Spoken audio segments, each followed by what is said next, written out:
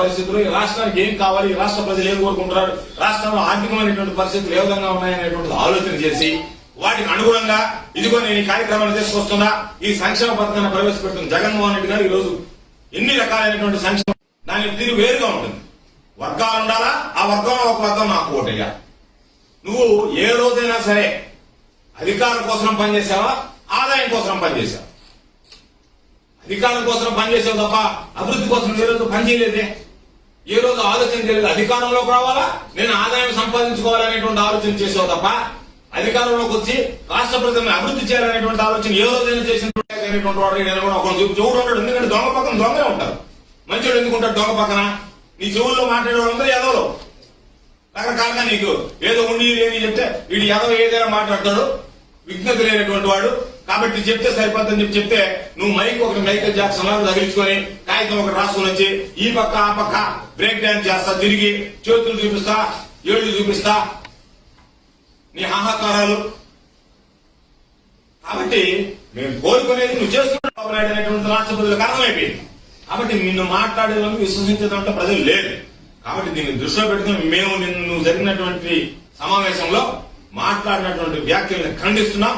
ముఖ్యమంత్రి గారి మీద నువ్వు చేసినటువంటి వ్యాఖ్యలు ఏదైతే ఉందో వాటిని ఉపసంహరించుకోవాలని కూడా నువ్వు సిద్ధమా అని నేను ప్రశ్నిస్తున్నాను. సార్, నిన్న చంద్రబాబు గారు మాట్లాడుతూ మాట తప్పను మనంతటువంటి జగన్మోహన్ రెడ్డి సిపిఎస్ పట్ల, మద్యం విధానం పట్ల, అంటే మద్యం లేనిటువంటి తర్వాతనే నేను ఓటు అడుగుతున్నారు అని ఈ రోజు నీతిహీనుడు చంద్రబాబు. 600 హామీలు ఇచ్చినటువంటి చంద్రబాబు తాను 1-2 హామీలు కూడా అమలు చేయలే. జగన్మోహన్ రెడ్డి గారు ఇచ్చినటువంటి హామీలు అన్ని అమలు చేస్తే అమలు కానటువంటి 1-2 హామీల గురించి ఏదో హామీ ఇచ్చాం. అప్పుడు ఇచ్చినప్పుడు దానికి సంబంధించినటువంటి సమస్యలు ఉంటే జగన్మోహన్ రెడ్డి గారు క్లియర్గా చెప్పాడు, వాటి గురించి వివరించాడు. ఏ కారణం వల్ల ఇవ్వలేకపోతున్నాం. అందుకే మేము ఇప్పుడు 100% అని చెప్పలేదే, 99% చేసాం. సంక్షేమ పథకాలు అన్ని చెప్పినటువంటి విధంగా అందించామని.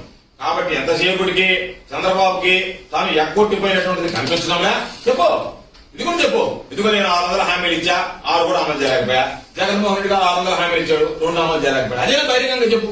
నువ్వు జగన్మోహన్ రెడ్డి గారు చేయలేకపోయినటువంటి హామీలు గుర్తిస్తానన్నా ఇవ్వలేదు చెప్పు అన్నమాట. ఎక్కడన్నా ఆ మాట గురించి మాట్లాడుతున్నావా? అన్ని నిలబెట్టుకున్నా, అన్ని హామీలు నిలబెడితే నేను ఎందుకు మామూలుగా తరిగి కొట్టారు రాష్ట్ర ప్రజలు.